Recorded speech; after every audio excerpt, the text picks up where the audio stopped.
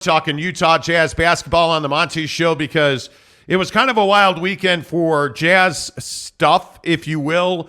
The Jazz continue to lose heartbreaking games, so many losses by just a couple of points. We saw it again on Saturday night at the Delta Center, which is now currently Vivint Arena. But one of the things that really stands out to you is the makeup of this team. And we've talked so much about change coming to this team. We've talked so much about the emotional attachment of Utah Jazz fans to the Utah Jazz and these individual players. And I'm just telling you now that we continue to hear, NBA sources told us over the weekend, the Utah Jazz are very aggressive coming up to the trade deadline. And they are going to make significant deals before the February 9th deadline. And it's names like Malik Beasley. It's names like Jordan Clarkson. And I still maintain, Jake, that one of the biggest names that's going to be dealt is Mike Conley, because there's 3-4 contenders in the West that would love to have Mike Conley on their roster. Jake, do you expect the Utah Jazz to make big-time deals as we head for the deadline?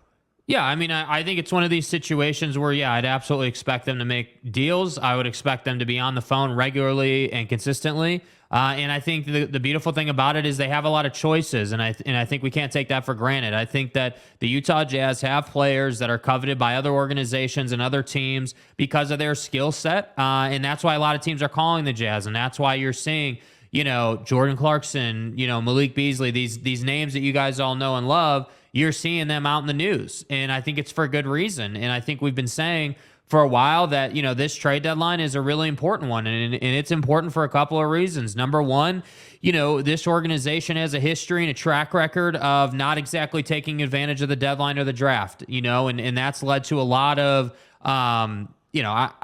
just mediocrity. I'm just going to leave it at that. Whether you want to say bad basketball or whatever, it's just led to you not contending for championships. We'll just leave it at that. But number two, I think when you aren't aggressive at the deadline and you're not aggressive in the draft, and you miss in the draft, it kills the momentum in your organization. Meaning that hey, if we make a great trade at the deadline, that could really propel this team forward.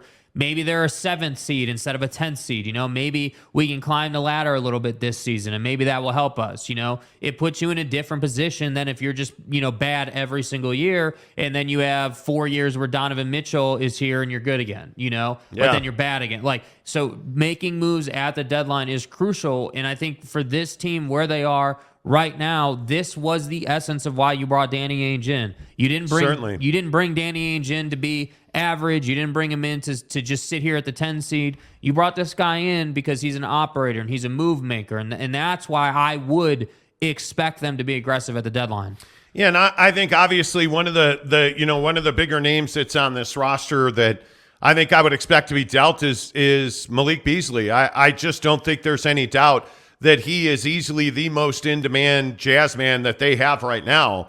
And it's going to be a question of who's got the assets to make a deal. And I certainly think, that when you look at, teams like Atlanta, the Atlanta Hawks covet Malik Beasley. And I continue to hear on a regular basis that the Jazz and the Hawks are working to make a John Collins deal. The tough part about that is that it feels like, anyway, around the NBA, that the Phoenix Suns have moved on from that 3-team deal that we told you about first right here on the Monty Show, that they were working on a deal that essentially would end up with, Mike Conley or Malik Beasley. And it seems like the Hawks really, focused in on Malik Beasley. And that, the Suns would end up with a combination of players that included Jared Vanderbilt.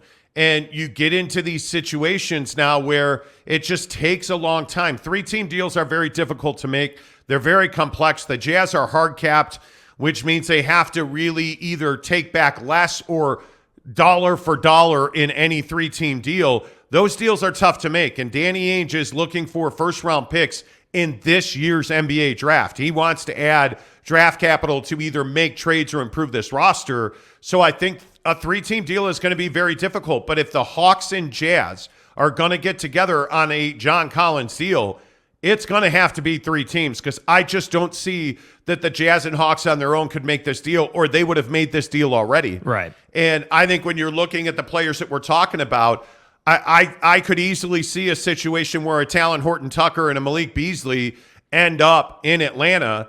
And I think that the Atlanta Hawks would part with Bogdan Bogdanovic. We've heard that name consistently for several weeks now, that Atlanta would have moved him to Phoenix. Phoenix just does not want to part with any first-round picks. And right now, that's what Danny Ainge covets, and understandably so. I mean, if he's going to give up the most popular parts of his roster, and that includes Jordan Clarkson, it's going to take first-round picks to get that done. And Phoenix, who owns all of their future first-round picks, every single one of them, they're one of the few teams in this league that has real draft capital that they can leverage to make a deal. It is a little surprising that Phoenix has not done that yet. Because as we've talked about at length on this show, there's no doubt the Phoenix Suns, what do you want to call it, a championship window, or their opportunity to win an NBA championship, to compete for an NBA championship, is shrinking dramatically. Right. They have got a ton of injuries right now. Not that it really matters because we're in mid-January at this point, but where they are in the standings is less than ideal.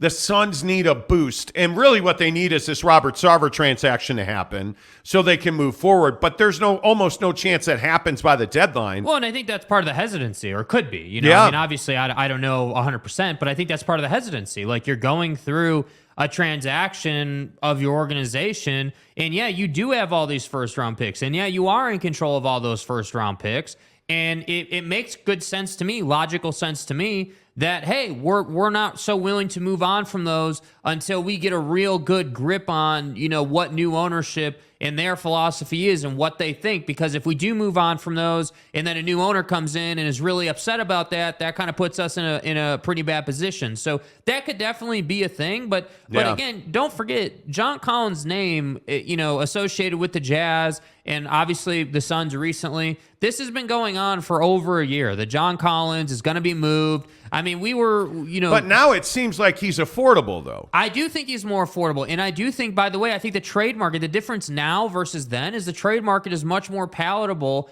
with everything that's gone on in the league. All the shifts, the Rudy trade, like you look at, some of these other big trades that have gone down. And Jake, the teams with money need deals. Yeah, well, the teams with capital need deals. The problem is the teams with capital, the traditional teams with capital, are not really doing anything. Like, we haven't seen, like use the Nets as an example. Like, I know the Nets are playing great basketball, and they went through all their stuff with Kyrie and Ben, and, you guys all know the story.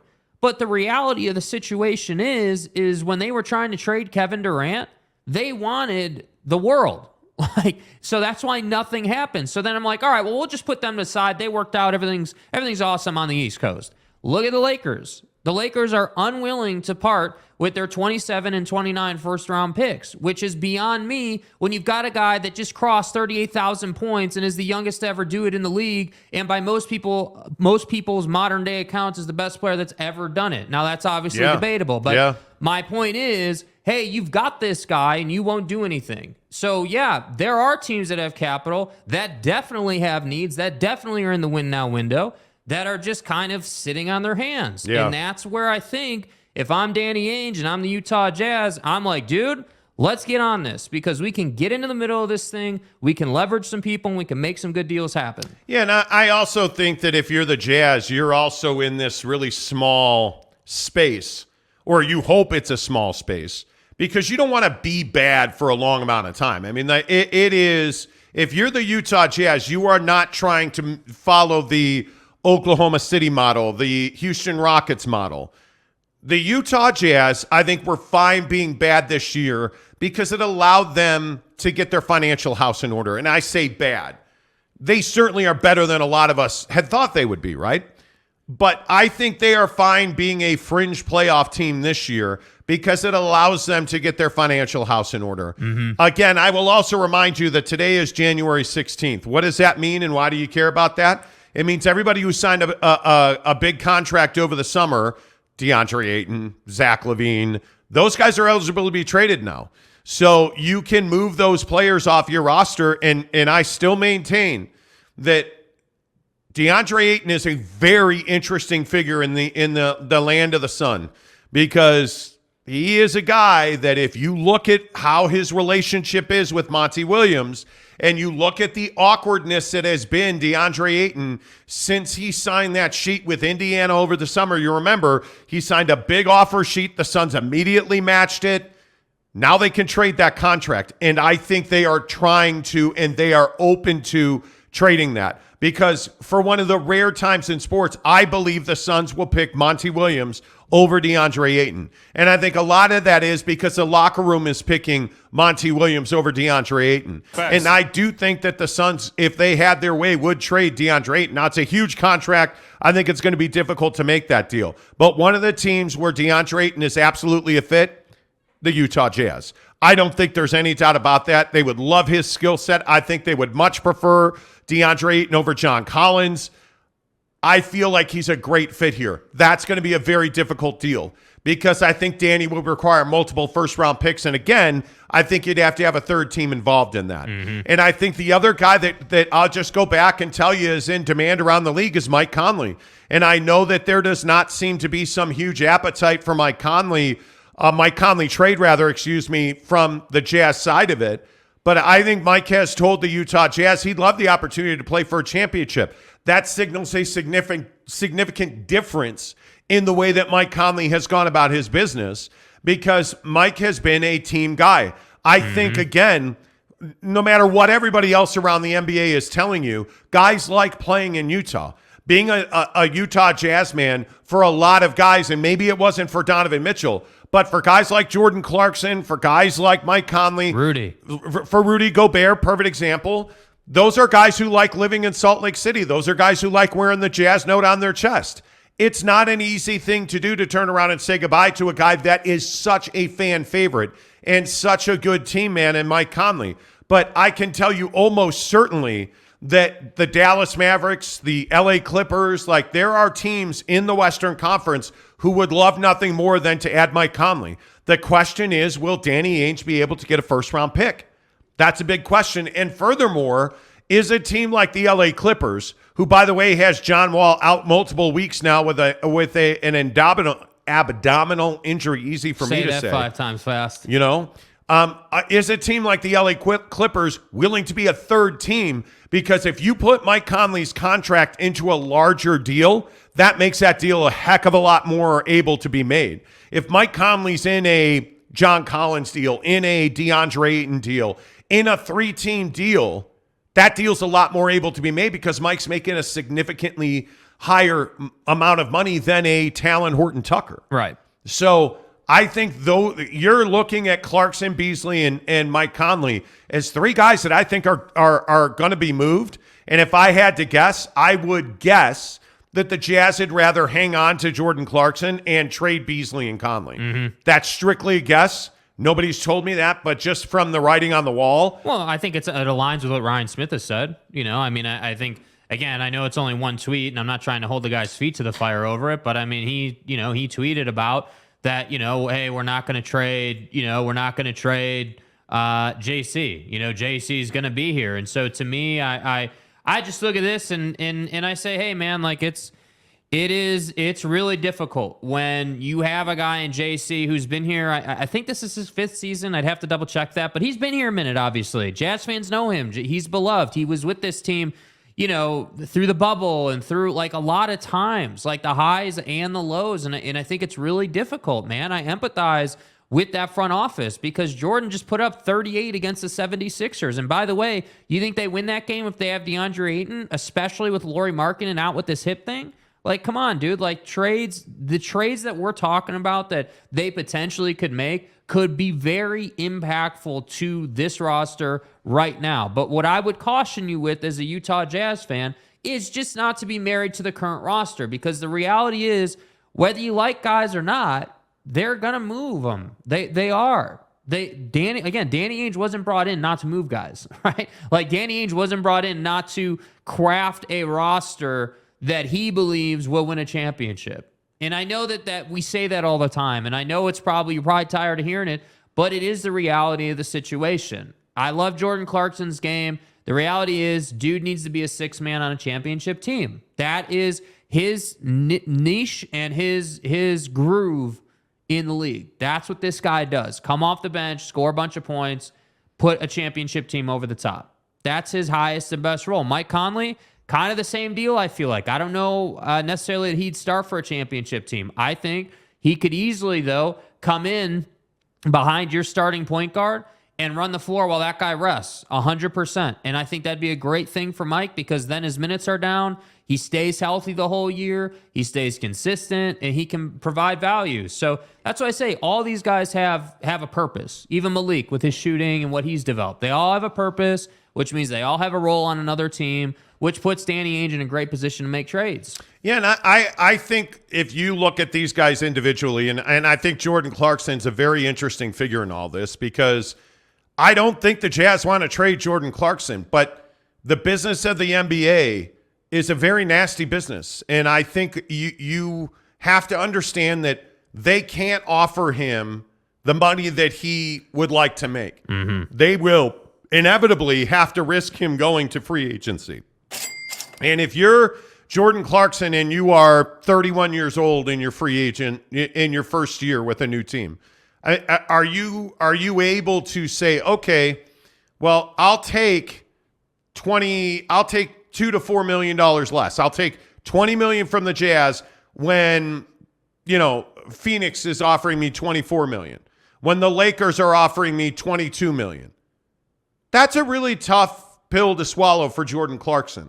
I mean, that's a very difficult thing for him to do at 31 years old. Because at the start of next season, he'll become 31 years old.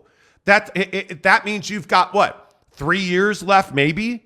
I mean, how many LeBron James are out there that can play at that high level? This free agent opportunity for Jordan Clarkson that is going to happen this summer, that free agent opportunity is probably his last big contract in this league. Yeah. So if you're Jordan, you want to get paid as much as you can get paid. And I really don't think the Jazz want to trade Jordan. I don't.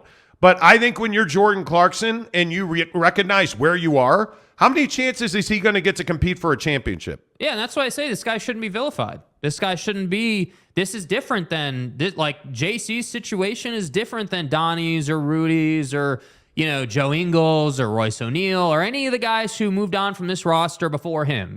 Jordan. I said it Friday and I'll say it again. In my heart of hearts, I really believe that Jordan Clarkson said to himself, "Hey, this is how much I want to be paid. This is how much I think I'm worth." And frankly, I agree. Dude just put up 38 against Philly. There's no really disputing that the guy should be paid in the low to mid 20s. But that last play of the game against the Philadelphia 76ers is quintessential Jordan Clarkson. You have a guy that has a big night, right? 38 points, but dribbles into an unwinnable double team. It's inexcusable to dribble into a double team with Joel Embiid and PJ Tucker. Right. When Mike Conley, and I agree that Mike Conley was slow to adjust and he probably should have slid over quicker, probably should have tried to pull his man away. He didn't. But Mike Conley was open. But it's a double team with PJ Tucker and Joel Embiid that leads to an over-the-shoulder heave falling out of bounds as the buzzer expired. Yeah.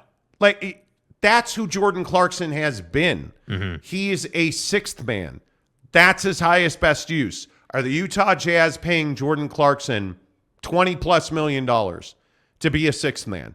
Because he's not a starter on a championship caliber team. And I understand that that's probably going to piss some people off.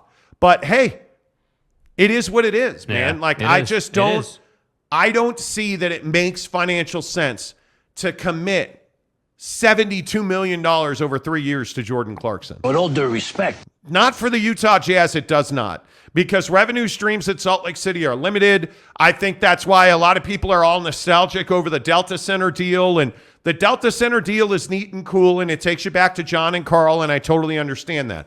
But you know what the Delta Center deal does? It brings in a new stream of revenue. Yeah. Because Vivint is a company that is in transition. My guess is that Vivint wanted out because they probably cannot afford that deal, and Delta was only too happy to swoop in, and the Jazz were only too happy to have them. It works financially. It works from a branding standpoint.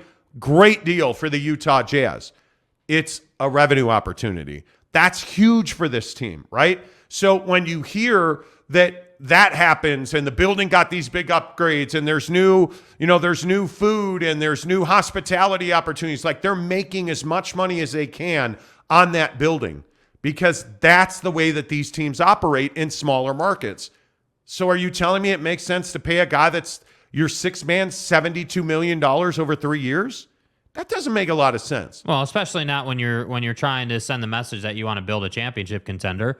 You know, I mean, you know, I look at, you know, prolific six men in the league. I mean, you know, Lou Williams wasn't, you know, I mean, you know, I don't remember Lou Williams ever making 25, 30, some ridiculous number a year. Like, you know, I look at Jamal Crawford. Jamal Crawford was a prolific six man. I mean, he played on a ton of teams. And the reason for that is he was a one-year guy, one year deal type guy who wanted to get paid a certain number, and that number was usually low 20s.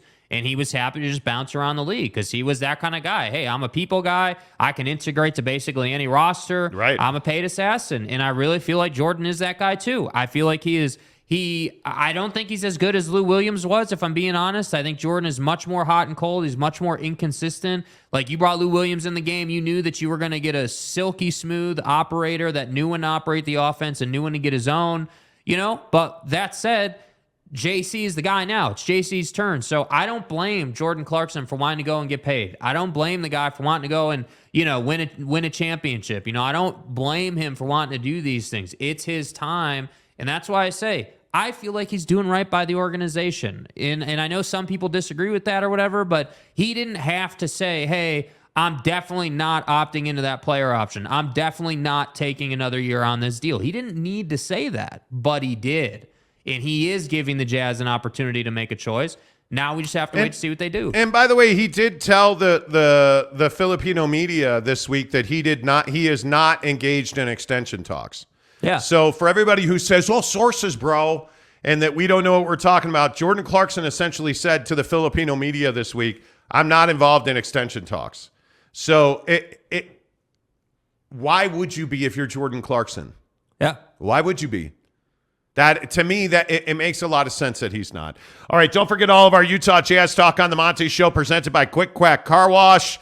Dude, I love the guys at Quick Quack. I just will continue to say we've had a crazy year of snow and rain and sleet in this town, and it's been fantastic to see how easy it's been at Quick Quack Car Wash. It's been refreshing to have one right down the street from Casa de Monte at the district. We've been able to go there. It takes 5 minutes. The people are great. It's so easy to go through Quick Quack Car Wash because it only takes 5-6 minutes. Even when they're super busy, you're just moving through. You're not sitting in line, and it's great that it just keeps moving because there's actual human beings. They have employees at their car wash, which I know it's crazy talk, but at Quick Quack, you get a really friendly person who gives you a free dashboard wipe. You can bring the kids because there's colors and all kinds of different lights and soaps. It's a lot of fun to go to Quick Quack Car Wash.